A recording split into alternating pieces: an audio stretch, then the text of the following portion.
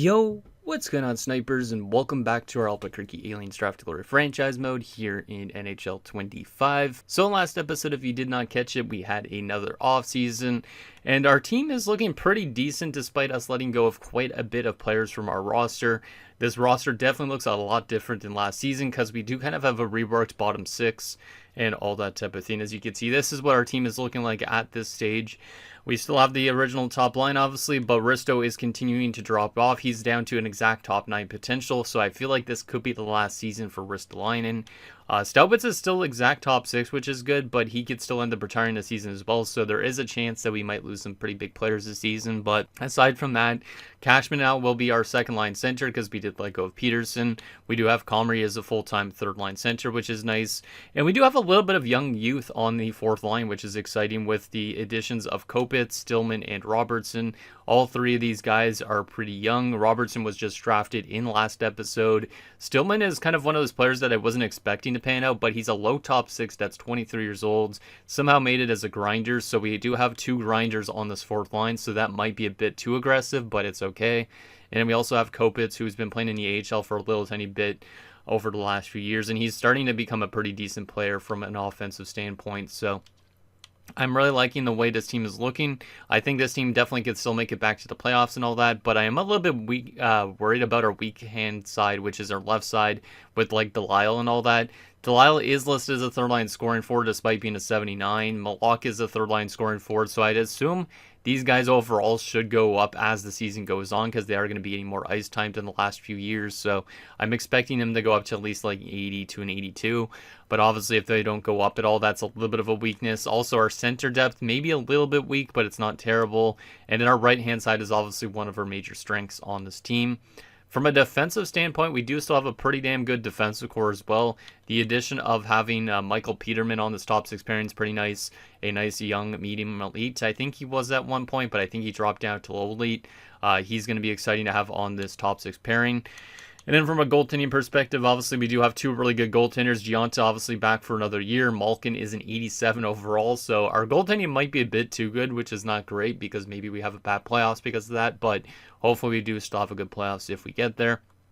And in our depth options, you can see we have Jurgen Hansen, who's a low top 6. I decided just to give him a chance as a depth forward because he doesn't have much potential anyways. We do have Segal as a depth defenseman and also Skylar Peterson, who actually led the AHL, I think, in some points last season, is back up here again as another depth option. So we don't have necessarily the best depth, but in the system, we do actually have some pretty good AHL talent, especially the likes of Ryder McLeod, which is very exciting. He should be cracking our defensive core next season.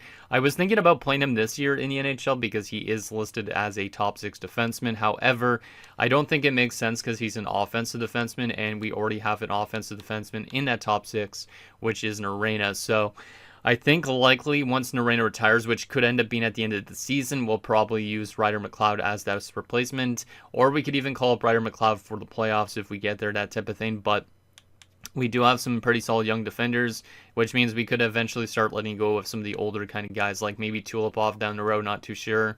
He is signed for one more season after this, and then he's a pending free agent, so maybe there's a chance we end up losing him before the end of the series and promoting guys from the system. So I think it's going to be another good year for the Albuquerque Aliens team, but I'm obviously not too sure on how good of a team we're going to be just because we've lost so many good players, and there's going to be guys dropping off probably as the season goes on, like Ristolainen, Staubitz, and Arena.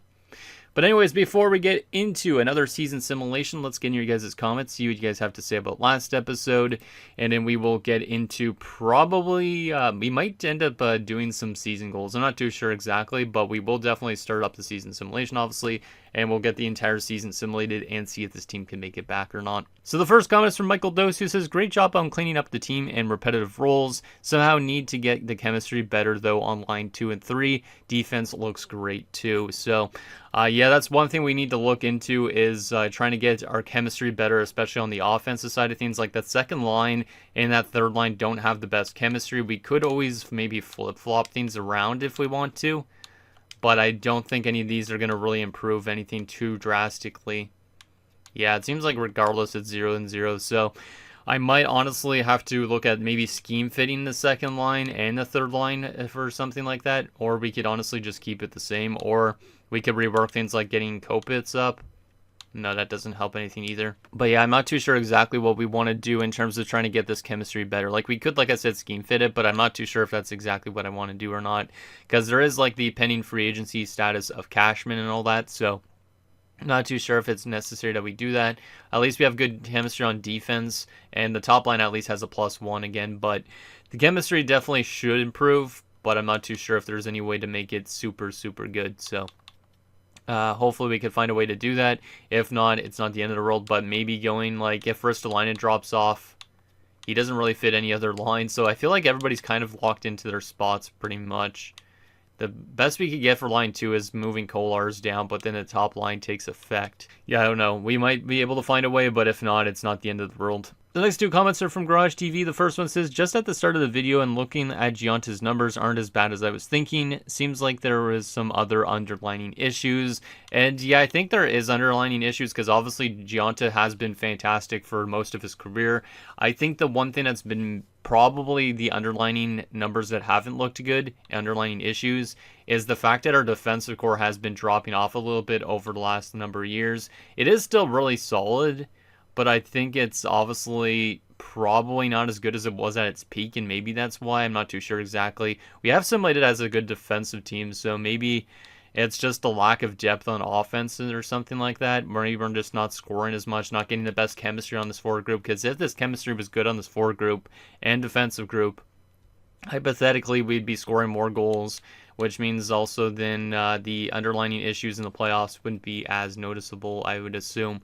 So maybe that's it. I'm honestly not too sure what the main issue is with this team, but there is definitely some sort of issues, but hopefully we can address them by having a completely different bottom 6 this season, because I think this fourth line should do well. I feel like they're going to be maybe a bit too aggressive having 2 grinders on it, but I think it will be interesting to see what those kids could do, and hopefully they could do relatively well for us. Garage also says, the bottom 6 is finally starting to take shape like a good bottom 6. I'll post some suggestions for power plays and penalty kills in a bit, but overall not bad, and would like to see McLeod up there. So he said that he would post some suggestions for the power play and penalty kill, which he didn't end up posting before I started recording this episode. So if he ends up posting them afterwards, I apologize, but we're probably just going to run with what we have. Maybe we don't have the best chemistry on the power play with this coach. That's the one thing.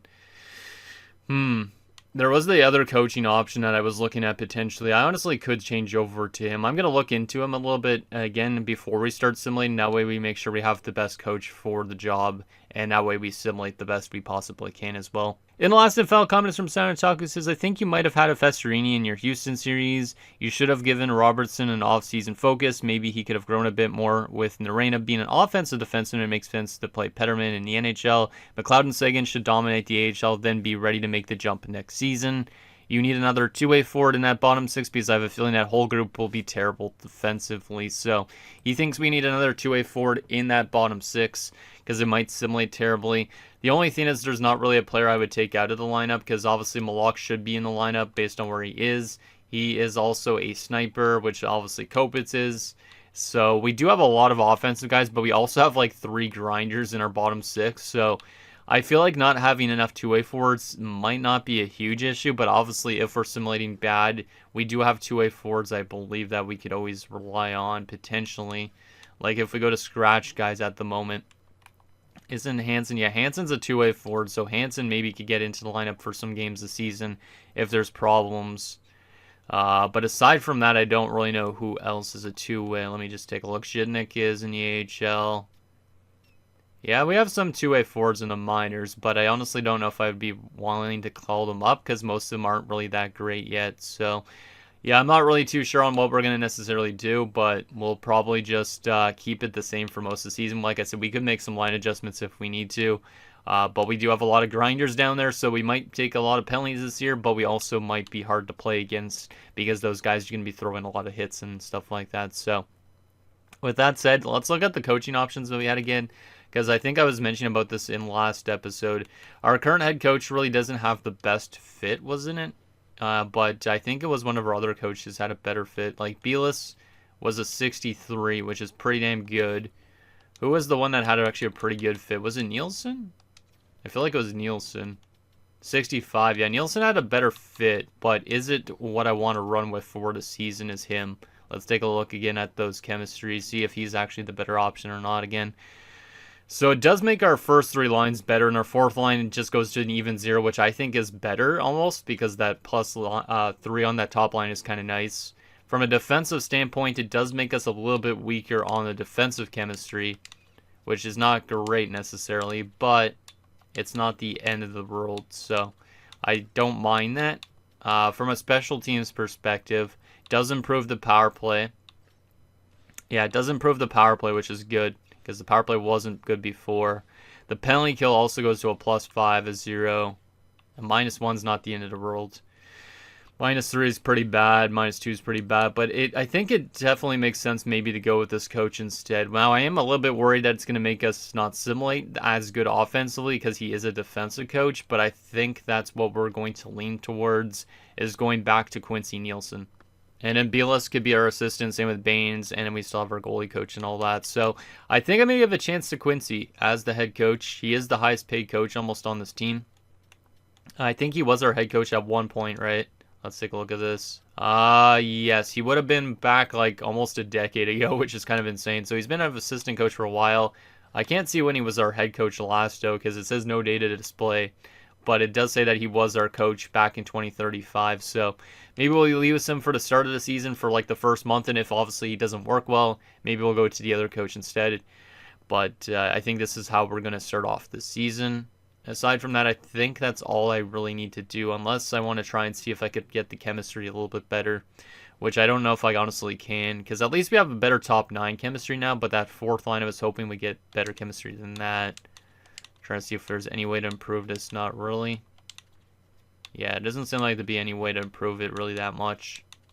Ooh, Dunham on the top line actually makes that top line a +5, so if Staubitz drops off a lot throughout the season, maybe he gets demoted, but I don't know if I really want to do that because he's been our best player.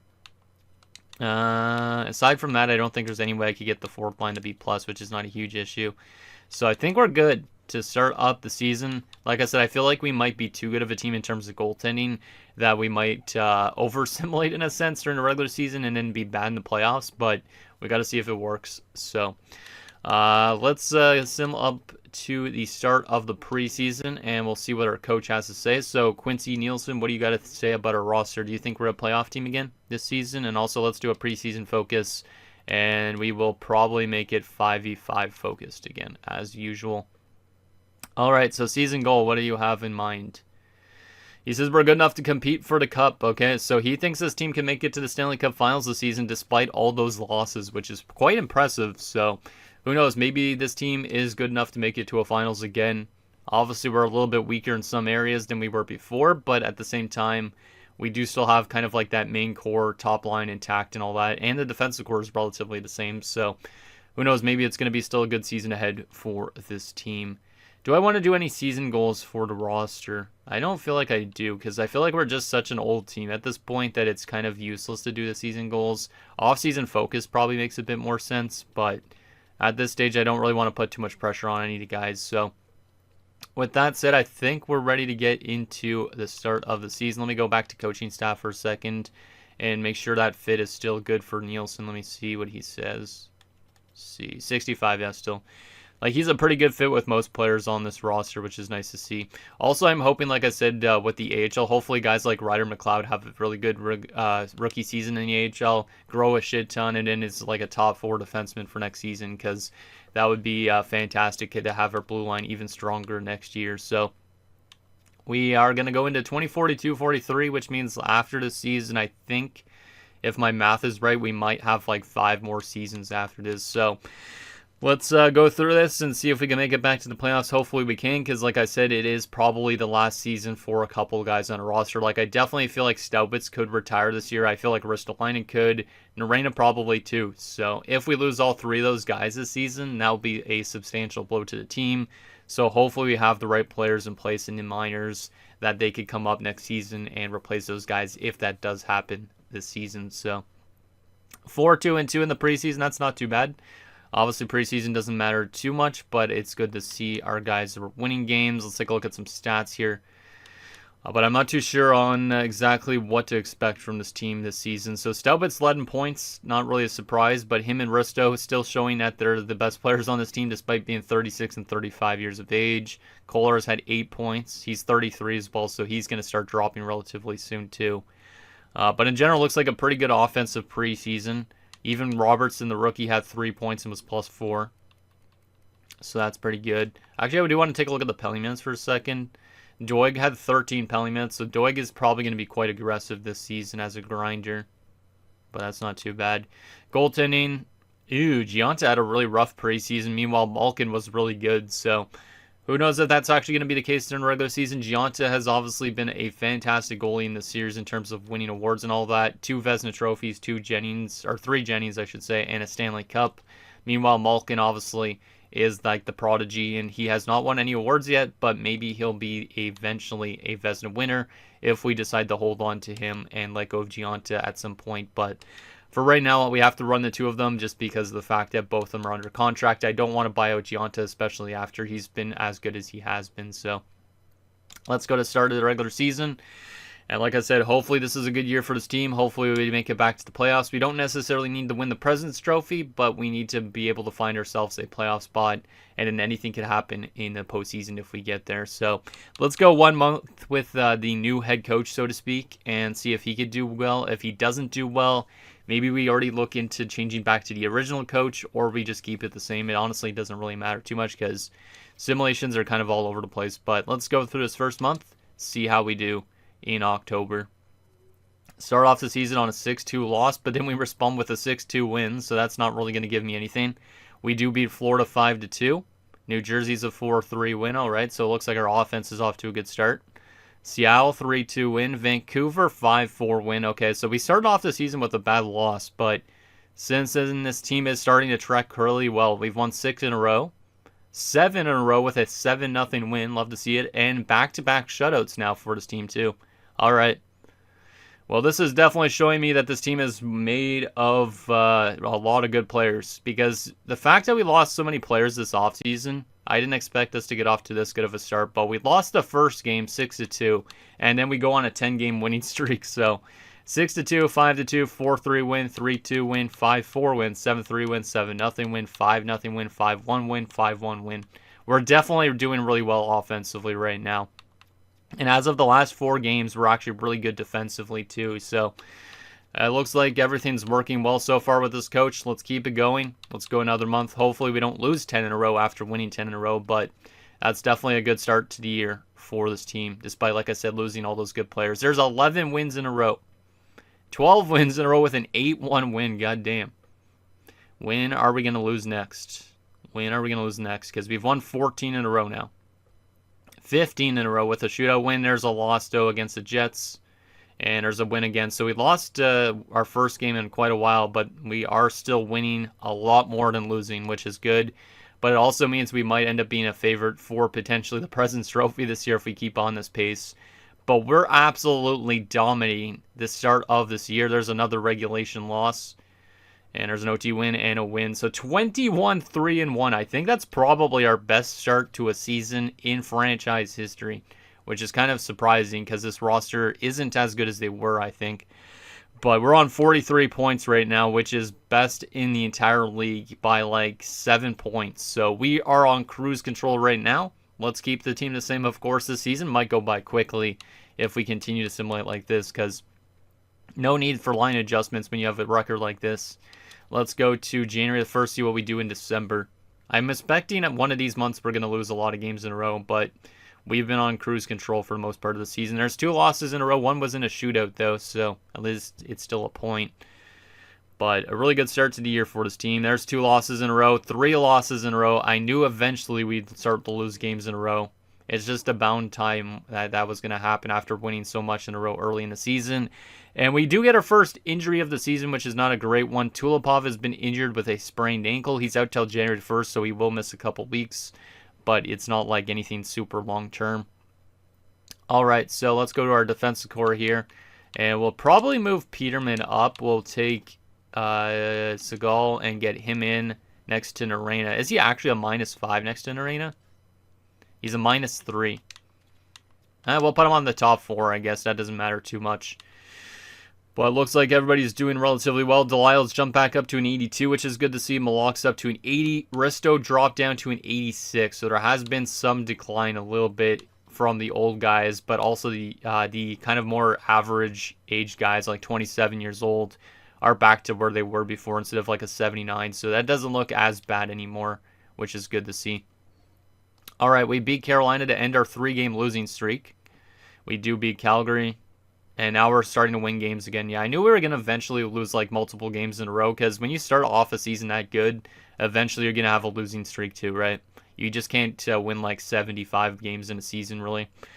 But this team is definitely going to make it back to the playoffs on this run for sure. As Tulipov is back before the end of the month, which is good. So we'll put him in for the start of January, of course. So we'll take Segal back out and we will get Tulipov back in. I feel like our top 4 is probably one of our stronger top 4s we've had in a franchise mode. Like, we don't have necessarily a stud defenseman, but our defensive core is really good.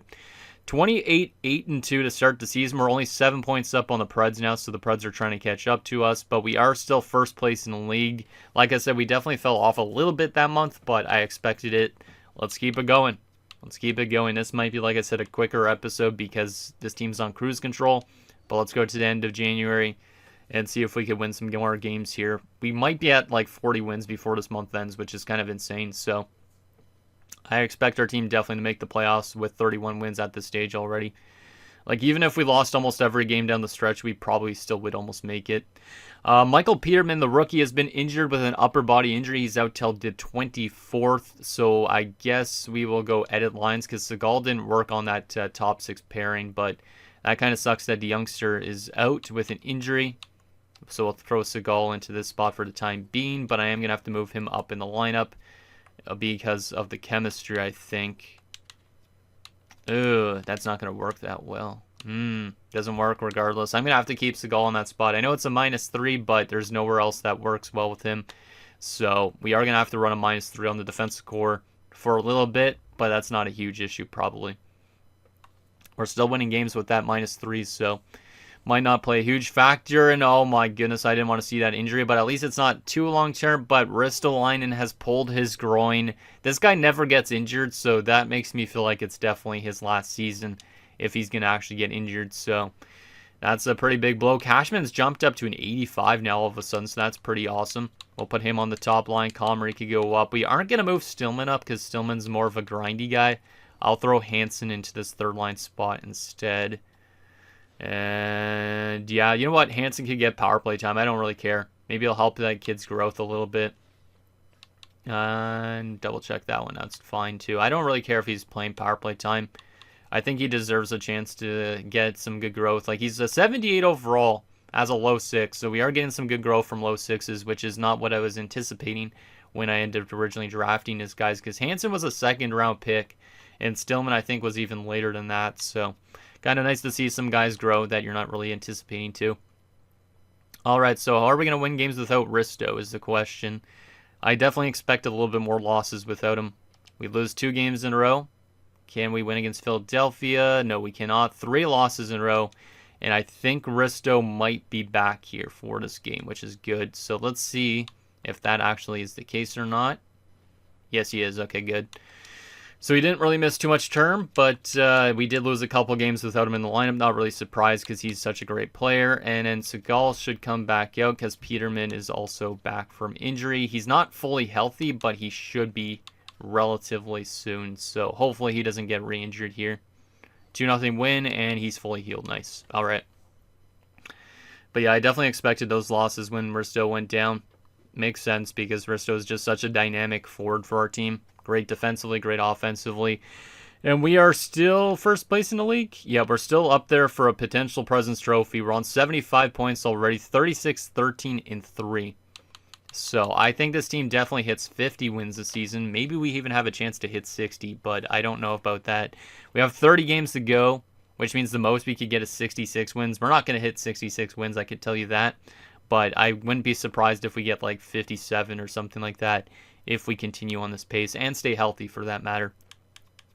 So let's go to a day before the trade deadline. We're not obviously making trades because this is still the draft to glory, but we are obviously just going to maybe take a look at some of the trades that happen at the deadline just in case there's any like former guys getting dealt around and stuff like that. But I'm hoping that the AHL team's having a good year too, because obviously the AHL team hasn't really had much success in this franchise mode. So we're still winning some games, but also having a couple losses thrown in there, which is not a huge issue because we don't necessarily need the President's Trophy, because if we do win the President's Trophy, maybe we're going to be a first-round exit. Maybe we're going to win a Stanley Cup still. Never know, really, when you win the President's Trophy, what happens. Okay, one more game before we're a day before the deadline, and it is a win. So 42-16-3 a day before the deadline, which is pretty damn good. 87 points. We are 5 points up on the Bruins, so the Bruins are trying to compete also for the President's Trophy. We're 7 points up on the Flyers. All right. And we're only a couple points up on the Sharks, actually. Only 2 points up on them, and we just beat them. So there is a chance that we might not end up winning the President's Trophy, which would be very helpful if that was the case. So what I think I'm going to do here is go to after the trade deadline. And then obviously I'm going to have to put my face on the screen and close my eyes because I want to see what trades went down at the deadline. But I do not want to see player stats and stuff yet. And I don't want you guys to see player stats yet either because I kind of wanted to be a little bit of a surprise for us at the end of the year. All right, so we have won 3 straight games to end off the month. Nicely done. 44-16-3. Let's go to full face for a second, which is one of my screen things. Let me close my eyes so I'm not taking a look at player stats here. And let me see if I can navigate down to activity feed. Perfect. I should be good now. All right, let's see these trades. So, any former guys getting dealt? That's what I wanted to see if there was. Not anybody I recognize so far. Normally, I don't take a look at this stage in the franchise mode, but I still want to see if there's any guys that used to play with us. Simone Nemec got dealt, so Simone Nemec is still playing all these years later. Anything else? Any guy that used to play with us. Jordan Lee got dealt. All right, so our former defenseman Jordan Lee has been dealt from the Montreal Canadiens to the Washington Capitals. Interesting. Any other former guys that I almost forgot about or whatever? Does not look like it so far. Yeah, honestly, does not look like a lot of guys I recognize at all. Like, I'm like, who the heck are these guys for the most part? So, only one former player got dealt, that being Jordan Lee. So, let me close my eyes again for a second. And we're going to press X again, and I think I got it back to calendar. Yes, I did. I think. It's going slow, and now it's good. Perfect. I had to make sure it actually went back to that, because at least the way you could press X and get it right back to the calendar right away, because I don't want to see any player stats right till afterwards, because I feel like it's kind of fun getting surprised at the end of the season, rather than it spoiled throughout the season. So let's go to the 17th of March. Take it a little bit slower, but we're definitely making the playoffs. The real question, though, is are we going to win the President's Trophy to end off the season, which also could be a curse. So, like I said, I don't really want the President's Trophy, but it might end up happening. We've won actually a good chunk of President's Trophies in this franchise mode, so despite the lack of cup success, we've had some pretty good regular season success. Damn, we're on a really long winning streak again. And, of course, after I said that, we lost in the shootout, but still, we've been getting points in most of our games this season. 51-16-4. We are on 106 points. We've already clinched a playoff spot, and we still have like just under a month left to play regular season action. So that's pretty insane that we've already clinched on 71 games. Like, we still have 11 more games to go, and we've already clinched. All right, well, that's good to see that we're back in the playoffs at least. Let's keep on going. Like I said, hopefully we have a good run despite being potentially a favorite for the President's Trophy this year. Onwek is never injured, so we'll go continue. Game against Florida. In Florida, or no, on home ice actually, for that matter. We win in a shootout. Game against the Islanders. 3-2 win again. Geez, this team has literally not had a game where we lost in regulation in quite a while. 55-16-4. Our last regulation loss, in case you guys wanted to know, was the 7-2 loss to the Kings. So it's been over a month since we lost last in regulation, because we did lose in a shootout here against Dallas, but this team's getting points in every single game. So it's pretty insane. Game against Montreal to end off the month of March is going to be a regulation loss. So I was going to say, are we going to have no regulation losses that month? Well, of course we get one. but still over a month of action with no regulation loss is pretty insane. All right, so we got 6 more games to go, and 5 of them are on home ice. Damn, we've been a really good road team then by that stretch. Let's go through these games a little bit slower, but there's a chance we could still hit 60 wins, which I don't know if I want. There's back-to-back regulation losses, and we do beat the Caps. 4 games to go to potentially hit 60 wins on the year. We honestly might have already clinched the President's Trophy, and I don't even know yet. Vegas is a 6-3 loss. We do beat the Rangers, so we aren't going to hit 60 wins, but we do have a chance to get 59. Can we get 59 wins? Carolina and Winnipeg to end the season. Carolina is a loss. And okay, so we go on to the playoffs on a little bit of a sour note, which might be a good thing. It might be a good thing. Because we might have still won the President's Trophy potentially. Yes, we did. Definitely 119 points. So we won the President's Trophy. But we go into the playoffs losing, let's see, 5 of our last 7 games. 1 was in a shootout, but 4 of them are in regulation. So maybe because we're going into the playoffs on a little bit of a bad note, our team will go further in the playoffs. Because obviously if we were 8-1-1 going into the playoffs, maybe we'd lose in 4 games. But maybe we have a better chance this year because of that end to the season. Not too sure though. All right, let's take a look at some stats here. So let's actually go to team stats right away here instead of looking at like player stats and all that stuff. Oh my goodness. I saw that and you guys probably did too. Stalwitz had 128 points as a 36-year-old. How is that even possible? Goddamn. But I do want to take a look at our team stats individually here first and foremost. So we do win the President's Trophy by the 11 points, by 6 wins. So we completely dominated for most of the season. Is it going to come crashing down in the playoffs? Maybe, maybe not. Goals for per game, we are the best offensive team in the league still, despite our age kind of showing a little bit. 3.9 goals for per game. So that's pretty impressive considering what we lost during the offseason. Like Peterson, I thought he would be a bigger blow, but he wasn't really a big blow. We might have also just won another Vezina Trophy. Yep. I think there's a chance that Gionta might have another Vezina Trophy unless Malkin outperformed him. But we are going to have another Jennings Trophy in our cabinet, which is going to be the 4th Jennings Trophy of the career for Gionta likely, which is insane. I didn't expect to be this good defensively again. So we're the best offensive team, the best defensive team. Our power play percentage was the best in the league. Are we going to have a complete sweep again of this? Yes, we are. This is the 2nd time in this series, I'm pretty sure, that we are the best team in every single category. Goals for, goals against, power play percentage, and penalty kill percentage. So another clean sweep for the Albuquerque Aliens. This Draft to Glory team, even though we're not winning cups like crazy, we might be the best regular season Draft to Glory team I've ever had. That's kind of insane. So in terms of shorthanded goals, we also led the league in shorthanded goals, which I think was also the case when we last swept the league with stuff. We are the best home team. We are the best road team. That's insane, man. Obviously, our last 10 games aren't the best. Like we look down here, we probably were one of the worst teams in the last 10, right? Let's see. Where are we? 5-4-1, but still a lot of those losses came recently. So we're the best team in everything. Which means every single team we face is going to be worse than us in a lot of ways. And shout out to the Buffalo Sabres, who only had 51 points this season. Goddamn. All right. So a crazy year. And the question is now, though, the player stats. If we're the best offensive team and defensive team, there's going to be some really good numbers here. And the fact that Stalwitz led with 128 points as a 36/37-year-old is insane.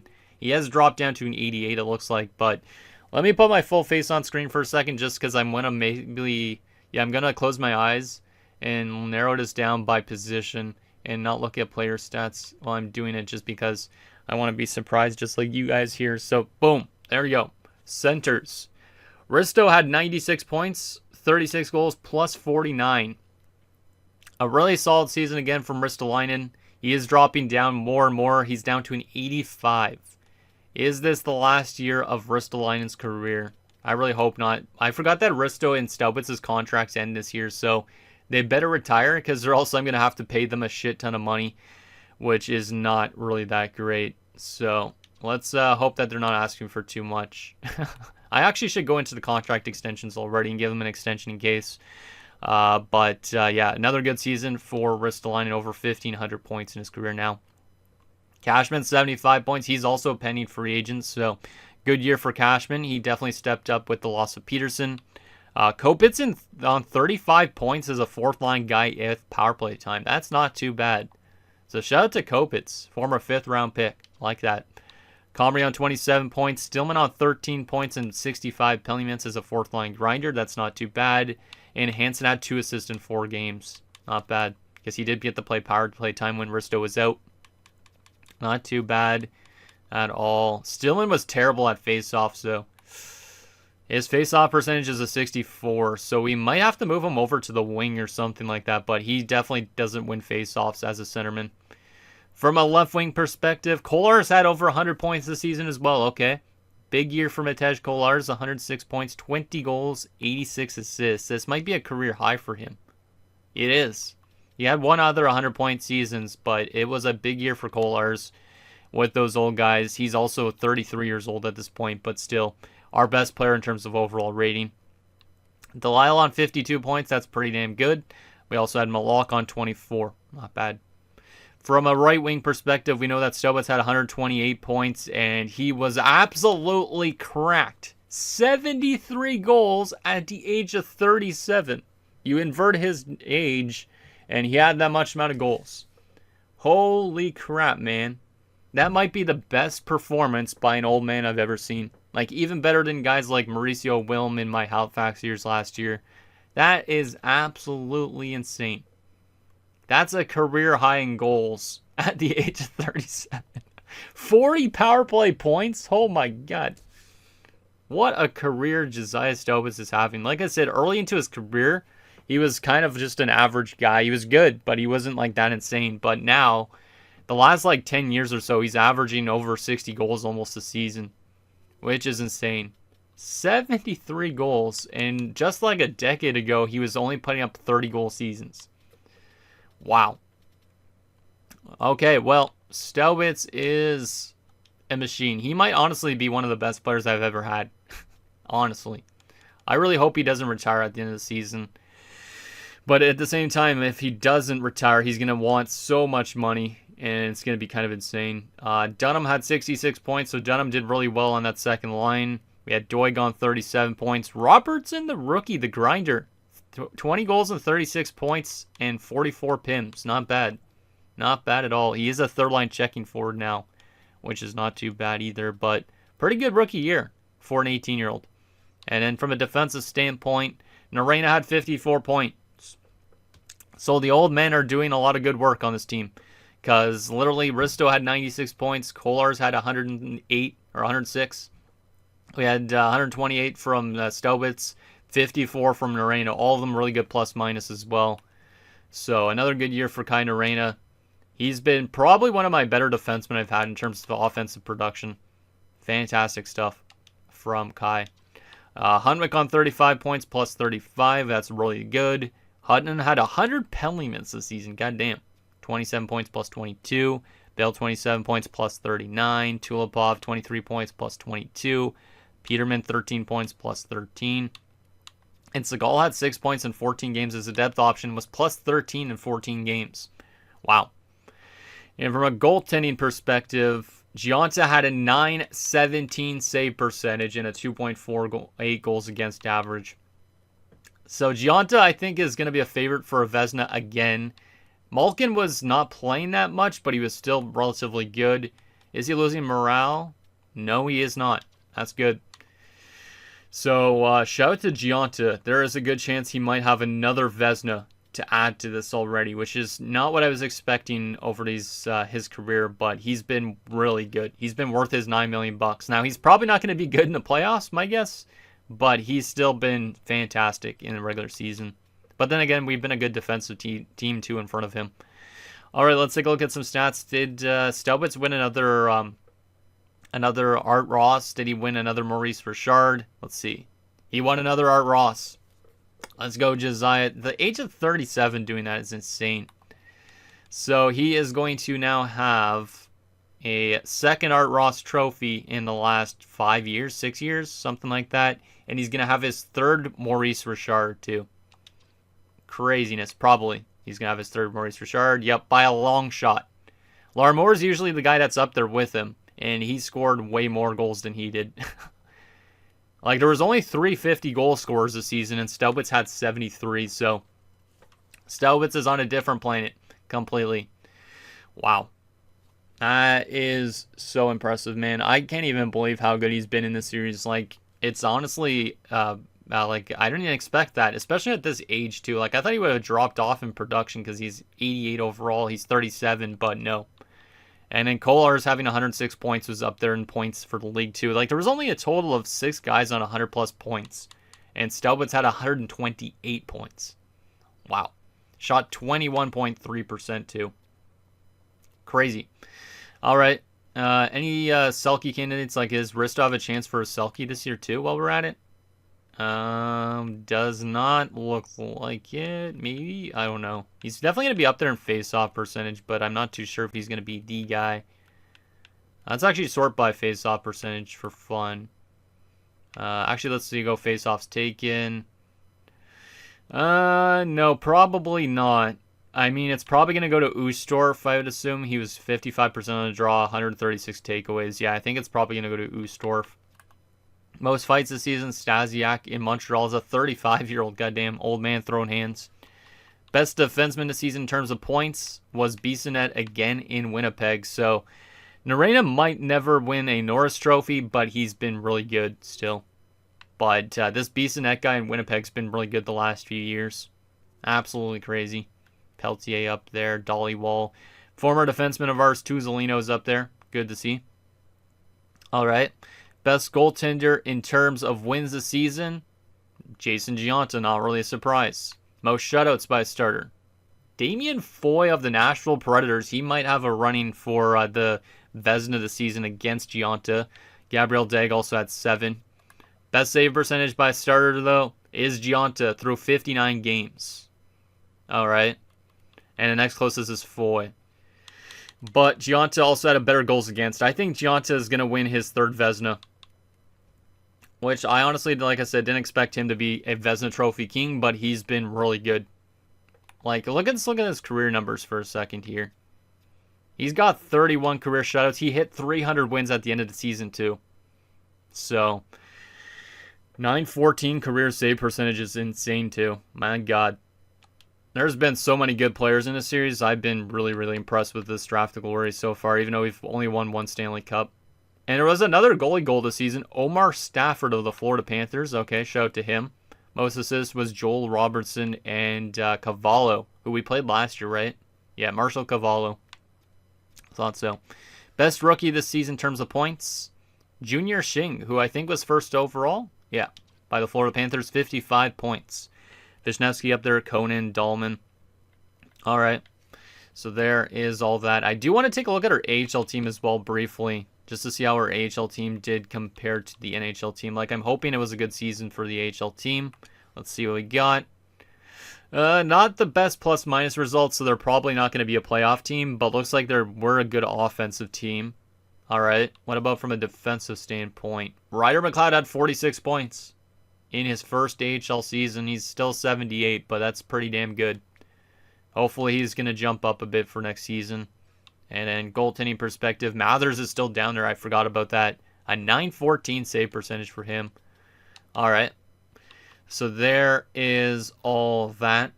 Now the question is, who are we going to be playing in the first round of playoffs? And obviously we have a chance to beat whoever we play.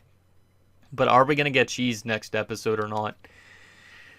Let's see. The answer is going to be the Minnesota Wild. We've played Minnesota a couple times in the playoffs before, I'm pretty sure. But I don't know if their roster's changed a bit since. But look at the comparison under my face. We're literally first in everything. They were 18th in goals for, so that kind of scares me. 5th in goals against, so they're a good defensive team. Their power play percentage was 19th. Their penalty kill was 12th. So they didn't have the best special teams, but they're a good defensive team 5-on-5. So that's where I'm a little bit worried. Also, the fact that they didn't score a ton. I feel like we could get cheesed based on that. But they're also 7-3 going into the playoffs as well, on a little bit of a heater. 45, 30, and 7. All right.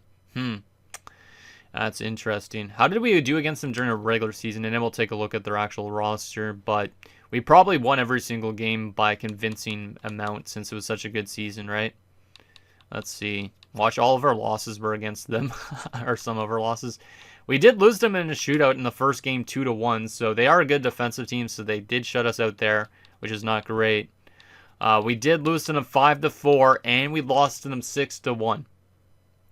So we did not beat them this entire regular season, despite having 60 win or almost 60 wins this season. That's actually kind of scary. That's kind of scary. They could be a little bit of a thorn in our side. That's interesting. I do want to take a look at Gianta's numbers against them, but looks like we had a tough time. We have a Vezina Trophy winning goaltender. We have a guy that's going to win the Art Ross. We have a guy that's going to win the Richard. Like, we have a lot of awards coming to this team this season, but we are literally running into a team that we did not win against this season. That's kind of insane. Split stats. Let's see what we did against him with Gianta. I'm assuming he played most of the games. He only played one of the 3 games. He actually was in the net for the first game where we lost in a shootout. Had a .962, so he was good against them. But somehow Boris Malkin, despite not having that much starts, actually played against them 2 times, I guess? Let's see. Yeah, he played 2 games against them and was pretty bad against them. So, obviously, Gianta's the guy for the first round.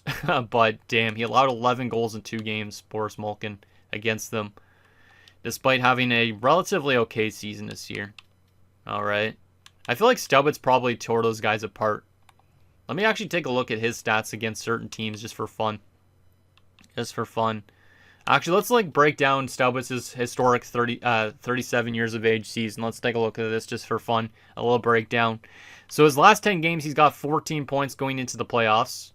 On home ice, he had 59 points in 41 games. On the road, he had 69 points in 41 games. Relatively similar. Within the division, he had 29 points in 19 games. Against the Western Conference, 61 points in 41 games. Against the East, 67 in 41. And in terms of his breakdown, 20 points in October in 11 games. 25 and 14 in November. 16 and 13 in December. January, he had 21 and 14. February, he had 14 and 11. March, he had 26 and 13, including 15 goals. Goddamn. April, he had 6 points in 6 games so far. And then here's a breakdown of against every single team. He had 8 points in 3 games, including 5 goals against the Sabres. So he killed Buffalo. He killed Calgary. Wow. I kind of like looking through this type of thing. I wish I could do this for every single player, but I don't know if I would take too long. If I did that in one of the final episodes or something like that of the series, maybe I could do that. 6 goals in 3 games against the Oilers, 9 points. So it looks like he did kill a lot of teams for the most part. 7 goals in 3 games against the Devils. God damn. That's pretty insane. I wish I would have looking at stats at every single season, because then I could say, oh yeah, during his career he scored 50 goals against the New Jersey Devils or something. But wow. Interesting. Okay, so there's that. I do also want to take a look at his most goals he scored in a game this season. Since he had 73, he had to score at least a hat trick a couple times this year, right? He had a 5-goal game against Edmonton on January the 12th, apparently. He also had 5 hat tricks other than that this season. 1 against St. Louis, 2 of them against New Jersey, 1 against Calgary, and 1 against Buffalo. Wow.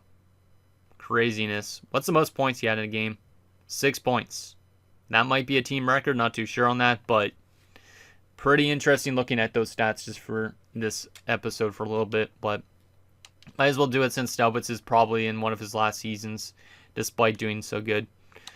Alright, so now we got to take a look at what Minnesota looks like, and then I will also probably already try and see if I could give contract extensions to both Risto and him. I'm not too sure if they're going to retire still, though. That's the only thing. But they're going to be demanding a lot of money, which means we need a lot of money, basically, to sign them if they will be back for another season, which is not great. Let's actually look at that first and foremost. How much are they going to cost us right now?